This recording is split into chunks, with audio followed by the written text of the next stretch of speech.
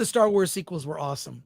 George Lucas famously, when he sold Lucasfilm to Disney so that they could make Star Wars sequels, when Mark Hamill, Carrie Fisher, and Harrison Ford, were not going to say they were in their prime, but they're all here.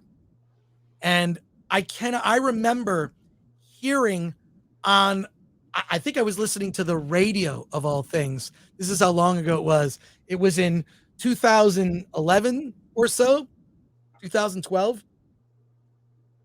was around Halloween. And I remember pulling over in my car, freaking out, and calling my friend Dennis Priswera, who is the director of a documentary called Star Wars. Look that movie up. And just, we were screaming. We're so excited. Disney is going to make episodes 7, 8, and 9 of the Star Wars sequels with the continuing adventures of Han, Luke, and Leia. But that's not what we got. What did we get? We got a Disney-fied version of these sequels that focused more on the new characters as a way to supplant the beloved characters from the original trilogy. And we've talked about this to death. Hey, there was even a trial putting Lucasfilm on trial for the murder of the Star Wars franchise. It's on the Film Threat YouTube channel. If you're a new subscriber, check out the trial. I think it's difficult now to argue that the Star Wars sequels by Disney were a success. If anything, people are backtracking saying, well, I was initially enthusiastic about The Force Awakens, but now I think it's not, I don't really like it. But what if it were awesome? Well, a Star Wars channel, a YouTube channel that goes by the name, it's Prism. That was the videos they were talking about. I'm sorry, Prism. Prism is a YouTube channel, has 13,000 subscribers. We'll put the link in the description to this video. Okay. The Prism YouTube channel, and I've become obsessed with these, that's using AI to create like a trailer or a vision for something new. For example, Alejandro Jodorowsky's Star Wars. Look that one up. It exists, right? There are a lot of these. Wes Anderson's Star Trek, whatever. There's a ton of these, okay, that are out there. But a very ambitious YouTuber who has a channel called Prism put together a video called "What If Star Wars: The Force Awakens Was Awesome." It's a 25-minute video using AI, imagery, the voice of Mark Hamill as generated by AI, narrating a story that is a different vision of The Force Awakens, asking the question, what if Star Wars: The Force Awakens was awesome, presenting an alternate story? Other channels have reacted to this. I'm going to introduce this and show you a little bit of it. We will talk through it and pause it here and there for comments. Alan has not seen this. I've watched this. If you like this and it's popular enough, we'll actually go through them, because the filmmaker went through The Last Jedi and even Rise of Skywalker and presented a completely alternate story. And it shows you that just using AI tools, which, by the way, I don't think AI is replacing artists. I think AI is a tool like Photoshop, because it only knows what you feed into it, okay? So what you're going to see is artwork that is different versions of Harrison Ford, of Han Solo, Luke, Leia, older versions of them in different situations. We're going to go through as much of this as we can. Alan, are you excited? Thrilled beyond belief. I sense some sarcasm in there. Well, you're building it up. It's like, okay. Well, yeah. I'm sure it'll be great. And again, I saw Dix last night, so. Well, there you go. Hopefully if we don't get a chance to talk about that, we'll talk about it on Friday. I promise. Friday is just going to be rapid fire, lots of reviews. Get ready for that. And Bush and Ryu Cat for 5, thank you for that. So sorry I got here late. When I replay this, what Star Wars movie soundtrack do I play in the background? I would play the John Williams actually has, I bought it. It's a box set of unused music for Star Wars. And one of the best, you should look for this, it's a music cue. One of the greatest moments from Star Wars has no dialogue. Luke is he's just sort of, it's sunset, and he's looking at the twin suns of Tatooine, pondering his future. And there's a swell of the Force theme, and he's just looking, no words, whatever. He's just like, what could be, what is my future? Pondering choices, his future. What's going to happen? If you have this soundtrack that John Williams released of unreleased cuts and cues and whatnot, the music for that scene was supposed to be different. It wasn't so soaring and optimistic. It was dark and foreboding. Find it. It changes your entire perception of that scene. And I believe that there's a video on YouTube where someone took that score and, placed it on that moment where it might have been. Changes everything. There's so many things. I really think if you know anything about how the original Star Wars was made, it's a miracle that it turned out as well as it did, considering everything that George Lucas was up against. But let's do this, Alan. Yeah, play the video. All right, I'm going to play the video. I got to turn up the audio. I don't know if we're going to get copyright struck for this. And thanks and shout out to Prism. We're going to put a link in the description. We're going to talk through it. It's 25-minute video. We'll get through as much of it as we can, and we'll go to your comments. We have a special guest joining us in 45 minutes. So we'll get through as much of it as we possibly can. Probably no dicks for you today, Alan. I'm pretty sure you're going to be. I don't know. I think people want to talk about dicks. But here we go. What if the Star Wars The Force Awakens was awesome? Well, consider subscribing if you enjoy. So there you go, Prism. 35 years after the fall of the Empire, the galaxy has entered an age of unparalleled peace and prosperity. Leia Organa has worked tirelessly for years, brokering peace treaties and trade agreements for old systems to reform the Galactic Republic. A job she has been superb at for decades. But there is one last system that wants to re-establish trade: the Imperial Remnant. A campaign Leia is staunchly in opposition of, but economic and political forces are pressuring the Senate to yield. Even though they claim to be reformed, they have a dark past.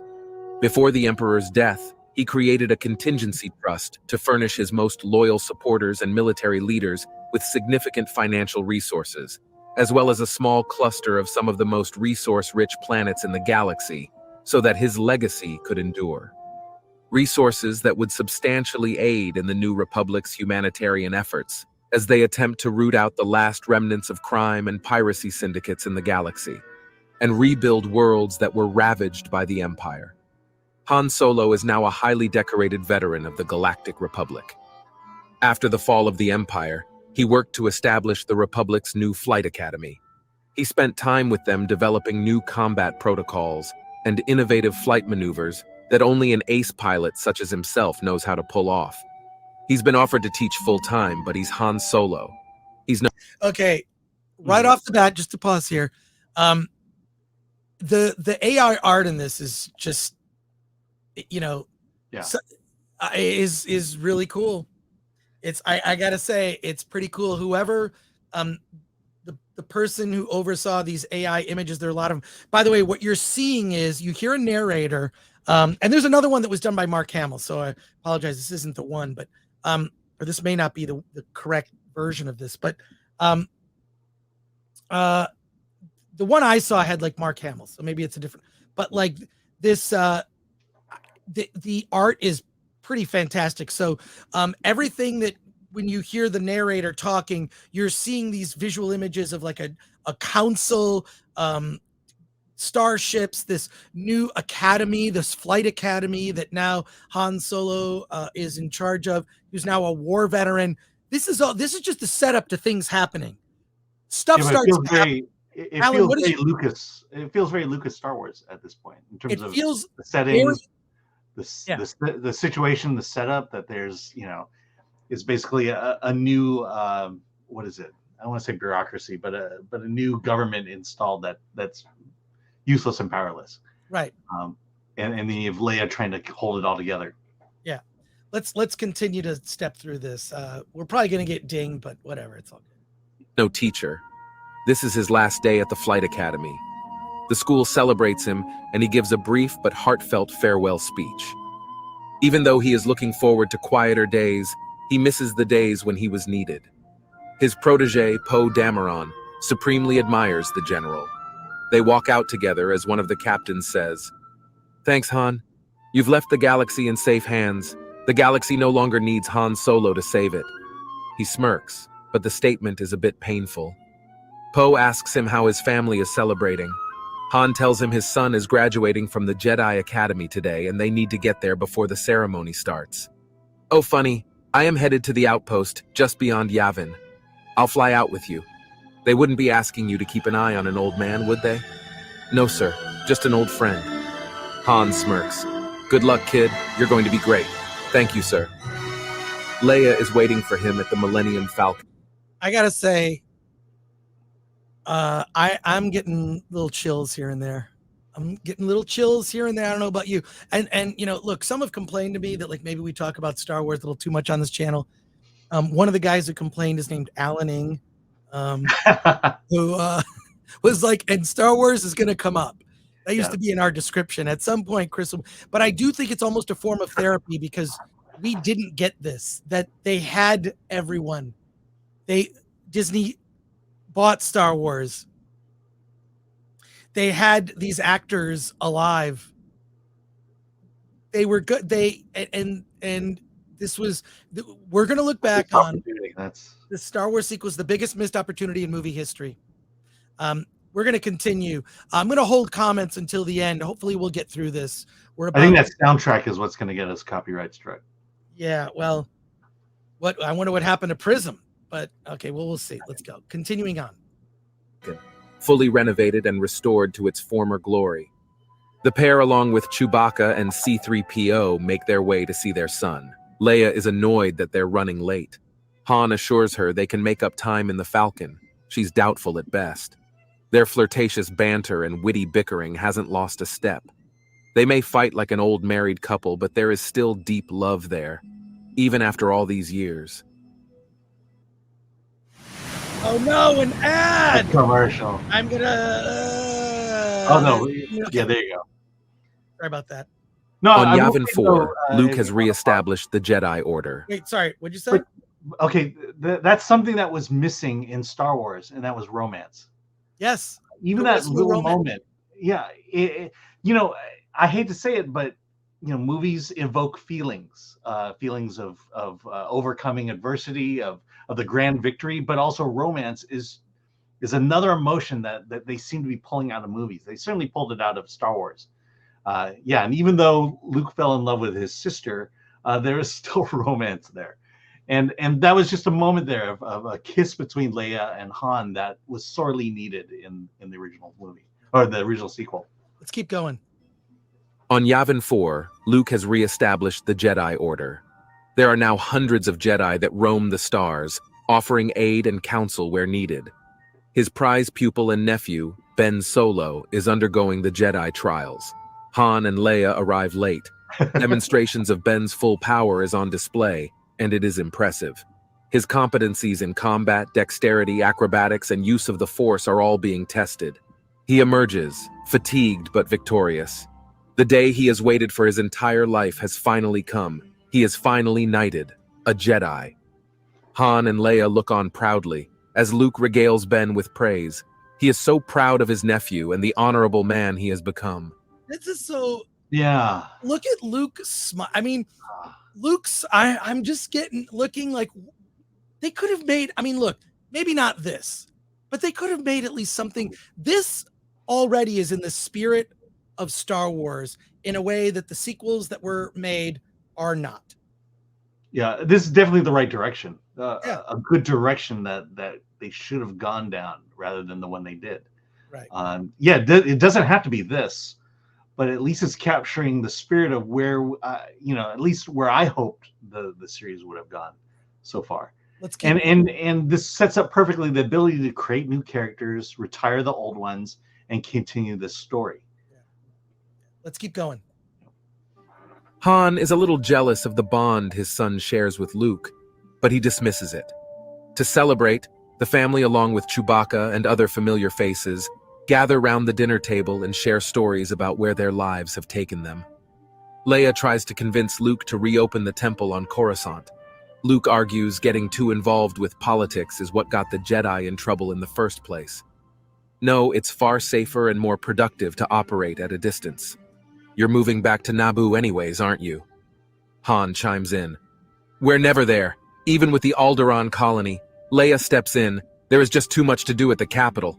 You'll have to slow down eventually. Speak for yourself, Leia retorts. Luke asks what's new in the Senate these days. The mood shifts. Leia is unsure how to word it, but she tells him the Imperial remnant systems want to dissolve and rejoin the Republic. Luke is wary of this. He gets up to look out over the night sky. The ruins of the Death Star can be seen far off in the distance. His mind takes him to a place even further, beyond what the eye can see. That can't happen. I know, Leia admits. Naively, Ben advocates that there hasn't been a major conflict in decades. They've been making considerable efforts at reform. Isn't there a way we can live side by side? Luke and Leia say it's just too risky. You weren't there, son. You have no idea what it was like. The violence, the fear, the oppression. Leia tears up. Entire worlds were destroyed. Ben argues the Emperor is gone. There are no more battles to fight. The war is over, Master. The war against tyranny is never over, Ben. It only retreats into the shadows only to come back again. Ben laments that he thinks they're all a bit paranoid. Luke tells Ben sometimes the most peaceful times can be the most dangerous. Just at that moment. Boom! What was that? An explosion at the front gates. The Jedi Temple is under attack. Jedi and guards leap into action.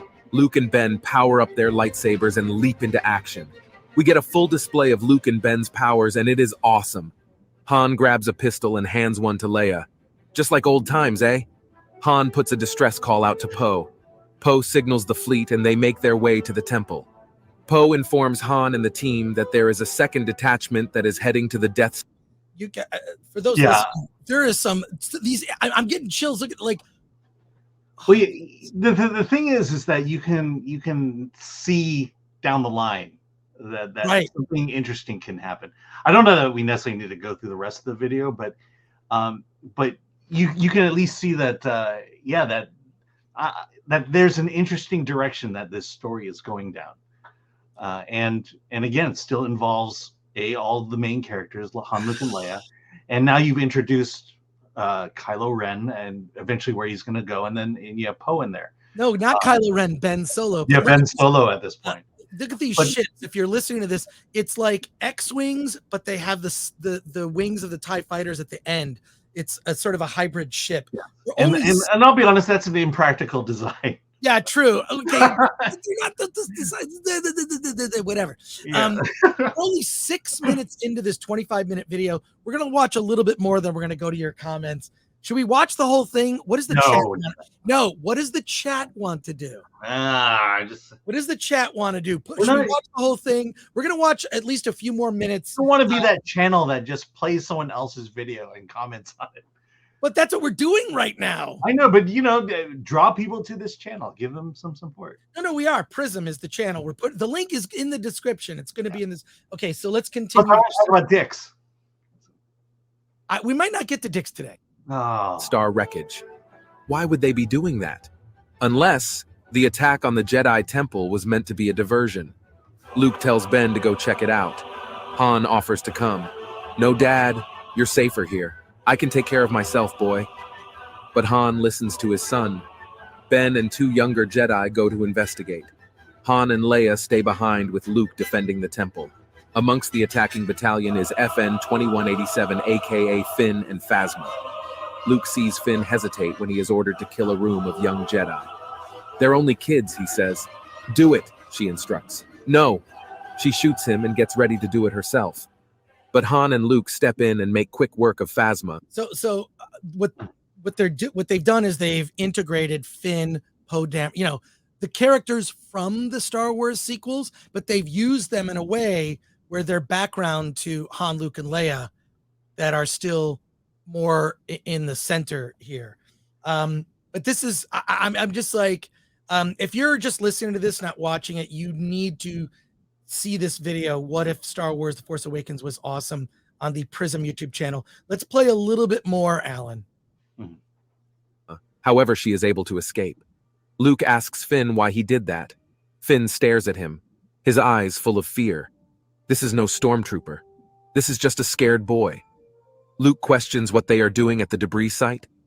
The stare on Finn's face tells Luke everything he needs to know. Ben is in trouble. Back on the Death Star wreckage, Ben and his Jedi compatriots encounter Rey, a dangerous Sith, and the Knights of Ren, an elite strike force.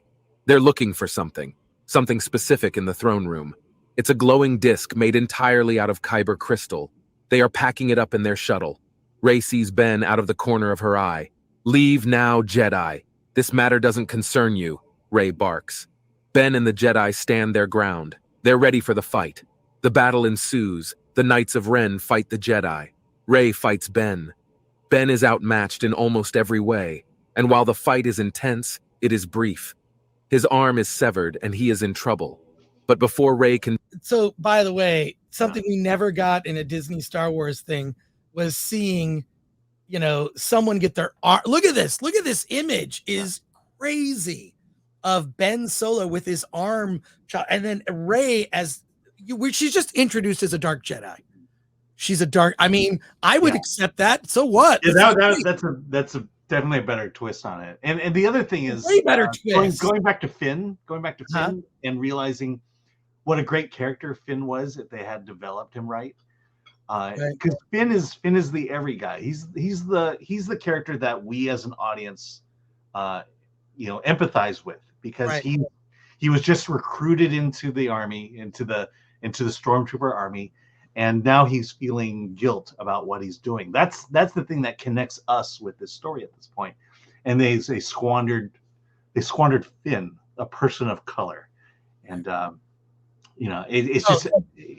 he's the most wasted character. John Boyega is the character with the most potential in this entire series, and he was justified to be upset because it was a new idea that's never been in Star Wars. Let's continue for a little bit longer. I don't know what the chat wants to watch, the whole thing or just part of it, and then you can watch it later without Alan and I interrupting. But already we're only not even 8 minutes, and this thing is so much better than what we got. All right, let's keep going. In trouble.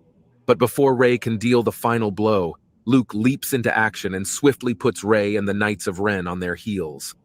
Outmatched, Rey retreats, and Luke runs over to Ben and cradles him back to the temple. Poe is able to get a couple shots off at Rey's star speeder. It's damaged, and he puts a tracer on it. Han and Leia grieve for their injured son. While he heals, Han, Luke, and Leia try to unpack what just happened. They question Finn. He says he doesn't know much, that they were the decoy for what they needed from the Death Star. Han: "Bullshit. The Death Star was picked clean decades ago. There's nothing left." "I don't know. That's just what I was told. They were just taking orders." Han points a pistol at... Nitpick. I don't think bullshit is a term in the Star Wars universe. I think it's a bantha poodoo or something. I don't know. But whatever. The minor quibble. But this is cool. I like this, where they like capture Finn and they don't trust him. But let's continue. Let Finn. "You know, I've pretty much had enough from men who just follow orders. Enough. The boy is scared. So is mine." Luke turns to Finn calmly. "Orders from who? Hux can't be behind this. Someone trained that girl. She fights unlike anybody I've ever encountered. Where are they going?" Finn says, to rejoin the Imperial fleet and head back to base on Ariadu. Han says, "We gotta go after them?" Luke calms Han down. "He's my student. He's my son. These people who hurt him are going to hurt a lot more, Luke. We need to stop them." "I agree, but we can't just go marching into who knows what. Wouldn't be the first time. That was a long time ago. Leia, notify the Republic. I'll notify the fleet." Rey kneels before a hologram of Snoke. "Did you get it?" "I did, Supreme Leader. We are on our way now." "Perfect. I will meet you at the base, back at the temple." Leia speaks with the Supreme Chancellor and General Hux, the leader of the Imperial Remnant. Hux explains they're in final talks to rejoin the Republic. They wouldn't jeopardize the negotiations process with a skirmish to a 30-year-old graveyard.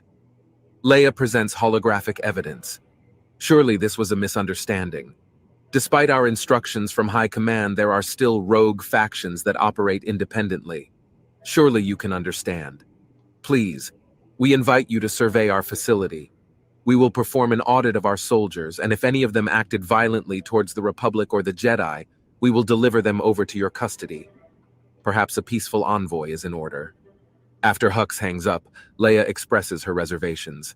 The Chancellor hears her but warns that an open conflict with the Remnant could lead to war. She is ordered to go as a peace-seeking mission only. Han chirps, "Oh, come on, this is a trap." Han wants to go in guns blazing, which may be the right thing to do, but they can't start a war. We don't even know what they were after. When has the Empire ever gone after something for the common good? Disturbed by his options, Luke now goes to meditate. He calls upon the Jedi ancestors to find his next move. Yeah. A much more interesting story. We're not quite halfway through. It's already you know what this is? Here's what's very different about it. You can notice right away. This is the characters are driving the story. Mm-hmm. Whereas I felt like with the sequels, it felt like these are the things that have to happen in the video game quest. Mm-hmm. The other thing I appreciate is there's a political backdrop to it all. Yeah, there's a political backdrop, but it's not anything. It's just, there's the bad guys, the good guys, and the people kind of like their allegiance. We're not quite sure yet. But it's motivated. The characters are driving the story, not this thing that has to happen. And then this thing that has to happen. And I love the fact that Rey and Ben have swapped characters, basically. Yes, it actually makes more sense. Yeah. And the idea that Ben can be turned. I mean, I think that has to play. Oh, I'm sure that's. Yeah. Oh my God. Well, this is just part one of this. Let's keep going. If we go in peace, it's almost certainly a trap. If we attack unprovoked, we could inadvertently open another conflict. Help me. Luke quiets his mind until a familiar voice emerges. It's been a long time, son. Father. Luke turns to see Anakin's Force ghost, calm, quiet, at peace. What should I do? What does your heart tell you? The two go back and forth about Anakin's time during the dark years and what the Imperial remnant could be up to. Anakin doesn't want to talk about it. Finally, Luke asks, what would they have been after? I don't know, son. The only thing I know is the whole time I knew the Emperor, he was only after one goal: immortality. It was his obsession. He was willing to violate every law of nature to achieve it. And did he? The Emperor is dead, son. But still, tread carefully. Imperial forces can never be trusted. And the girl? I cannot see her. Her presence is cloaked by the dark side of the Force. But be wary. I fear this could be your greatest test yet. I love the idea that now Anakin is the mentor to Luke in the way, in this trilogy, in the way that Obi-Wan was in the original trilogy, that because he turned his father, Anakin Skywalker, is now mentoring Luke and offering sage advice. The comments are on fire here. By the way, the story is written by AI. Am I to understand that right? Oh, is that look in the description of this video, Alan? Okay. I have to. It's on screen right now for me right now, but we'll continue a little bit further. But we have the comments are on fire. But the thing I'll just say from that comment I made, Luke, this is a good foundation. I mean, you could easily take the structure of this and then make it Star Wars. Make it a lot more Star Wars than it is right now. Now you know why the WGA was so insistent on making sure that AI, they had rules about AI, right? So there you go. Very interesting. Okay, back to it. We're gonna keep watching. We will get to your comments. I promise. Opts for a peaceful mission with a caveat. Leia will go with her envoy, and he will go as an unmarked passenger. He will sneak into the base and see if he can get to the bottom of what's really going on. Han also wants to go, but he's retired and no longer has the government clearance. Leia tells him someone needs to be there for Ben when he wakes up. Luke places his hand on Ben's shoulder. It begins to heal, but not enough. Han remarks, "Haven't figured it out yet? It just takes a lot of time and a lot of energy." neither of which we have a lot of. Han nods. We'll be here when you get back. Luke and Leia depart for the Imperial Remnant facility on Eriadu. Ben startles himself awake shortly after they depart. Where have they gone? After he gets oriented, Ben wants to join up with them, but Han insists he's too weak and needs to get his strength up. It's Luke. They will be fine. Ben knows his father is right. If I told you that there was a tried and true method. Oh my God. Okay, sorry about that. All right. We're gonna skip past this ad here. Luke and Leia on Eriadu. Okay. I even like the name Eriadu because it sounds like a Star Wars name. What is real quick, Ms. Piccoffee, what is the consensus in the chat? Do we watch the we're at the halfway point of the video. Do we watch the entire video? Do I reschedule the interview we're supposed to have in 20 minutes, or do we end it and move to conversation? Oh, by the way, someone points out here, Tamer Spoon 3 says Eriadu is an actual place in Star Wars. So the person who did this, someone says, watch it, darn you. So should we? I don't know about pushing off. Yes or no? Yes, we continue. No, Y or N in the chat. We're going to go with consensus, Ms. Yeah. So people are saying end it. No. Yeah, I'm seeing a lot of end it's. I'm seeing a lot of saying go. I personally, it's like, okay, if we have an interview, I think we should honor the interview. Okay, all right. We're going to go for 5 more minutes, and then we'll go to conversation, okay? Yeah.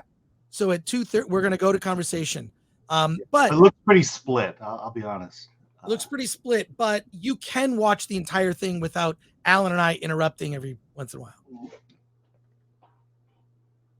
All right, so the consensus is we're going to end in 5 minutes. So here we go. Okay, continuing on, folks.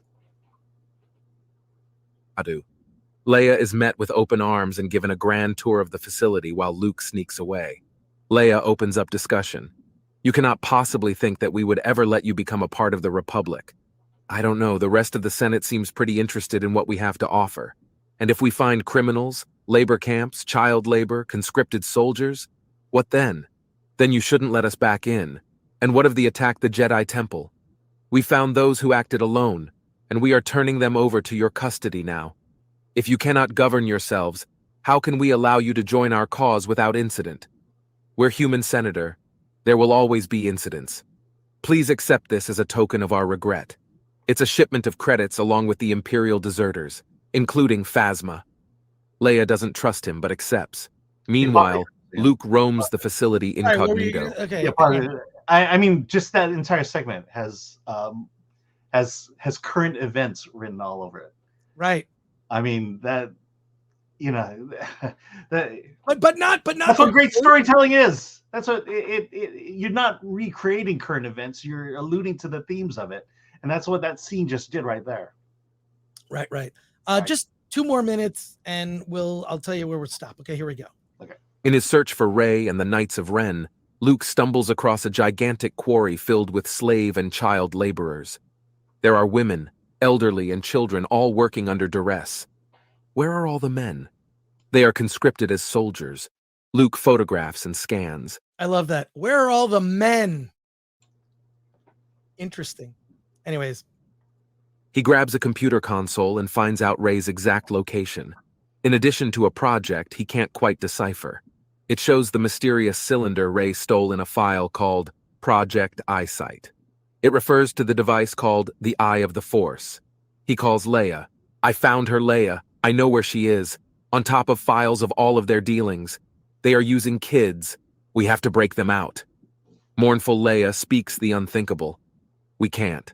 Luke and Leia argue. Luke protests. Leia knows if they move now they are outnumbered, they don't have a plan, and they could incite a galactic conflict. We need to bring evidence back to the Republic. This is how things are done now. We'll make a case for liberation. We can't attack them now. Luke is angry, but knows she's right. They get back to the ship and head to Coruscant for an emergency meeting. Back at Yavin, Ben is in recovery. He notices Finn and the two share in a conversation. Finn is scared. Come on, you can help me spar. Poe and Han talk about his son's recovery. Finn shows promise. reluctant but promise all the same. There is a complicated dynamic between the three of them. Han is like the dad Poe never had. Han loves his son but has more in common with Poe. Poe's bond with Han is hard for Ben. He can never really be the son his father wanted him to be. Han would have preferred it if he stayed away from the Jedi. Finally, Han gets the call from Leia and Luke. Everyone gathers. Ben asks his mom and Luke what they saw. Luke tells them. Ben argues, "Why didn't we free them? We can't take on a whole planet, Ben. We need the Republic to back us on this. And with negotiations running so hot right now, we need to be careful. There is something much bigger going on. They will be safer when we can extract them without bloodshed, not by creating a battleground of the whole planet." With the situation escalating and his son on the mend, Han decides to meet Luke and Leia on Coruscant. He instructs Poe and Ben to stay at the temple. Ben is angry but obeys. When Han leaves, he asks Finn what it was like to grow up there at the Imperial base. Finn takes off his shirt and shows him his scars on his back.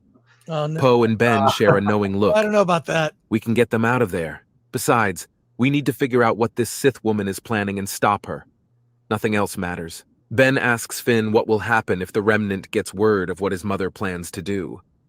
They will incinerate or bury the entire workforce. Everybody. Ben, we can't gamble with people's lives while they debate this in the Senate. It could take weeks. Ben drafts a plan. Poe, you tell the Academy there is a skirmish on Eriadu. We can get reinforcements that way. There are a few Jedi here that will go with me, and together we will stop this. Finn, do you know how to disrupt the facility so we can gain access? I know it well. We can stay out of trouble. Okay. So we go there, we extract the workers, and stop this Sith from activating whatever she thinks she has her hands on. The three of them, with a handful of Jedi, now decide to head to the facility. But before they do, Poe sends a message to Han, telling him his son's plan. Han is furious. He was going to go with or without me. I will do what I can to protect him. Back on the base, Snoke tells Rey he is on his way and so is young Solo. He could become a powerful ally. Capture him. Yes, Master. The band make it to the facility and see the unimaginable cruelty brought to the workers. How could people be capable of such cruelty? Ben doesn't understand. People will do almost anything when they are in fear for their lives or worse, their families. The mission starts out covert, but escalates to conflict quickly when Finn flips the wrong switch. The Jedi spring into action and Poe calls in the cavalry. They are committed now. Back on Coruscant. Imperial sympathizers break into the holding cells where captured stormtroopers along with Phasma are in restraints. They are broken out and covertly make their way to Coruscant's central security network. They are stealing Coruscant's blockade codes so that their ships can get through when the time is right. Their custody was a Trojan horse. She notifies Hux that they have secured the codes. At the Senate chamber, a hearing is already in session. Hux is attending remotely via hologram, before Leia gets an opportunity to share her message with the Senate. Hux puts security cam footage up on screen. It's footage of Ben cutting down Imperial soldiers with the Jedi and Poe firing with his blaster. Are these not agents of the Republic and the Jedi Order, Senator? You preach peace, and yet you order an unprovoked attack on our base? The Senate uproars. Leia tries desperately to gain control over the Senate. The Supreme Chancellor himself tries to assure Hux that they are acting alone and not at the orders of the Republic. Hux fans the flames and says, "It seems as though the Republic is a force for conquest and peace no longer. This is just... What do you... Alan, your thoughts? Yeah. No, like I said, I'm loving this. It's a good foundation. It's a good foundation. Look, you could definitely build a Star Wars story from this, and I like the inclusion of politics. There's some modern illusions here that yes. I like. That's and again, you are paving the way to take the original characters, give them their send off, and then pass it on to a new set of characters. Right. Let's continue until our guest shows up because I'm riveted. A lie, Leia cries out. Look at our evidence. But it's too late. Hux has sway over the Senate and they are no longer listening. Hux. Well, if it's war you want, Senator, Then war you shall have. At that very moment, Imperial ships jump out of light speed over Coruscant skies. Han to Leia and Luke. We have to get out of here. Leia agrees. The time for negotiations is over. In that very moment, a beam of light shines down from the Imperial cruiser toward Coruscant, followed by a large military capsule. It drops right in the center of the Senate. Then boom! A massive blast followed by a mushroom cloud fills the sky. The destruction it creates is immense. The Senate is all but destroyed. Surely nobody could have survived that blast. Every government representative along with our heroes are gone. Here's one of Remarkable's most frequently asked questions. Does it really... Then we see it. Through the fire, destruction, and rubble, our heroes emerge unscathed. Luke used the Force to create a protective shield around them. He wouldn't have been able to hold it if not for Leia also giving him enough energy to succeed. Luke passes out, drained from the event. Leia looks around and only sees destruction. The entire Senate chamber, the very seat of democracy for the entire galaxy, wiped out. Everything our heroes had spent a lifetime rebuilding, gone in an instant. However, there is no time to mourn. Their son is in trouble. Together, Han, Luke, and Leia hop on board the Millennium Falcon and head to the Imperial base. They have to expertly maneuver their way through the conflict in the skies above. Han tries to get more of the military over to Eriadu, but is warned that Coruscant is the priority. They can't send the whole fleet to save a few Jedi and one soldier. Because pilots and soldiers are loyal to Han, he convinces a handful of them to join them in a public plea to the Academy graduates. Several of the loyal ones follow and blast off into hyperspace. Han and Luke argue about Han going on the ground. Luke argues Han is better help in the sky with the Falcon. He says Chewie can fly it. Meanwhile, Ben finally makes his way to the main chamber where Rey waits. Back so soon, Master Solo? Not soon enough. I will take more than your arm this time. The two engage in a battle of spite. Poe and Finn free the slaves and tell them to make their way to the hills for extraction. Han, Luke, and Leia arrive. Han asks where Ben is. Poe tells him the main hangar. Han and Luke make their way there. Ben is able to hold his own this time with the help of his fellow Jedi. He has Rey on her heels. She needs to retreat. Han and Luke finally get to the main hangar where they are battling. Ben covers her exit. Now, all right, we gotta, you know what?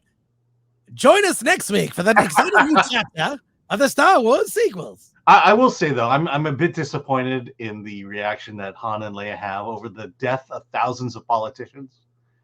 It's almost as if it didn't matter and that it was a good thing. Well, at least something good happened in this.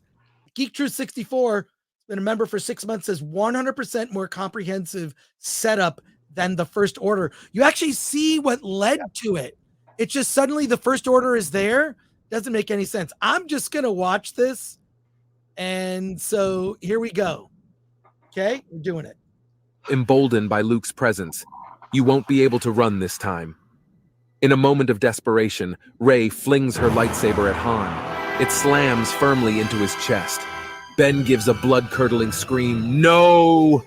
He rushes to his father's aid. Rey runs through the entrance, once blocked by Ben. Han looks up at his weeping son. "Help is on the way. Somebody help. Master, you can heal him." Luke now needs to make a choice. Save his friend or stop Rey.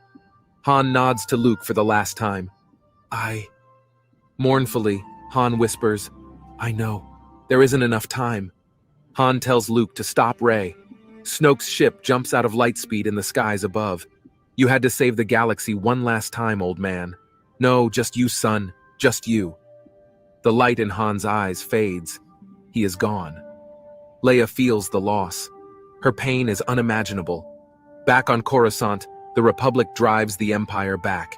And they go— This is already a better death scene for Han Solo than what we got. Right, but he got a lightsaber through the chest. I mean, how does he die from that? He was, but his friends were there. They were there to. Oh my god! Yeah, but a lightsaber through the chest. People survive that thing. Yeah, that's right. Everyone survives now. Go to the Imperial base to aid the rest of the team. Rey helps Snoke and his Imperial Guard load the mysterious device on the ship. The ship is about to take off, just as it does. Luke Force pulls Rey off the platform and back to the hangar. "Master, help!" She cries out to Snoke. The stakes are too great, my apprentice. This is your final test. Shattered, Rey's spirit is broken at how quickly her master abandons her. Luke and Rey have a final showdown. Already injured and exhausted from her battle with Ben, she is in no shape to face the Jedi Grandmaster. She is quickly beaten as Luke puts on a gravity-defying display of speed and proficiency. On her knees, defeated, she is ready for the end. Luke sees the scared little girl in her, though. He wants nothing more than to end the life of her best friend's killer. But he knows this is not the Jedi way. He casts a force sleep spell over her and she collapses. The conflict subsides as the rest of the Republic comes to their aid. The victory is certain, but their losses are great. Ben is beside himself with grief as he carries his father's body across the battlefield. Thousands of soldiers pause and remove their caps in tribute to the fallen general. Chewbacca cries out. Leia and Chewie comfort one another as we fade to black. Days after the battle, Luke questions Rey in a holding cell. "What's coming?" he asks. "I already told you. You can't possibly imagine," she shouts. She repeats, shouts, and laughs, as if insane, until she finally starts to crack and weep. "He wouldn't leave me. He wouldn't leave me. He wouldn't leave me." Luke leaves her in solitude, disappointed. Her weeping is heard throughout the halls. He boards a ship and joins his family on Naboo. Han's funeral is a spectacle. There are hundreds, if not thousands, there to pay their respects.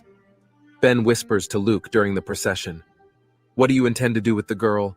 Her story is yet to be written, Ben." Ben is angered by this, but he lets it go. Now is not the time. Back with Snoke, he levitates the mysterious object we now know to call the Eye of the Force into position. He is on board a monumental space station, not a Death Star. Something more sinister. The Star Forge. An engine of unfathomable evil. It is pulling energy from a nearby sun. Snoke speaks seemingly to no one. A voice is heard throughout the space station. It's sinister and cold. It is a voice that could only be recognized as the Emperor's. It speaks only one word. Finally, roll credits. All right, Alan? Yeah, I mean, the idea that people be more sad about Han Solo's death than the thousands of politicians that died on Coruscant. I mean, that's it's true. That's true. Oh my God. Anyways, I just wanted to watch it because that's what I was going to do anyways. Once I ended the stream, is this like, this is the way, says Rafael Lopez. So yeah.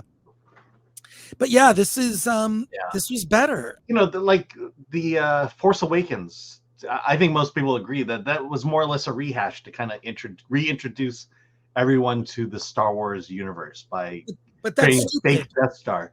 That's stupid. They should have told a really good story with Han, Luke, and Leia. I mean, I have to think that I haven't thought it through completely, but you know, you could watch this not having have seen the first 6 movies. You know, It's just a story of like, hey, a father, a son, and a master war veteran. I mean, I mean, it's just like I don't know.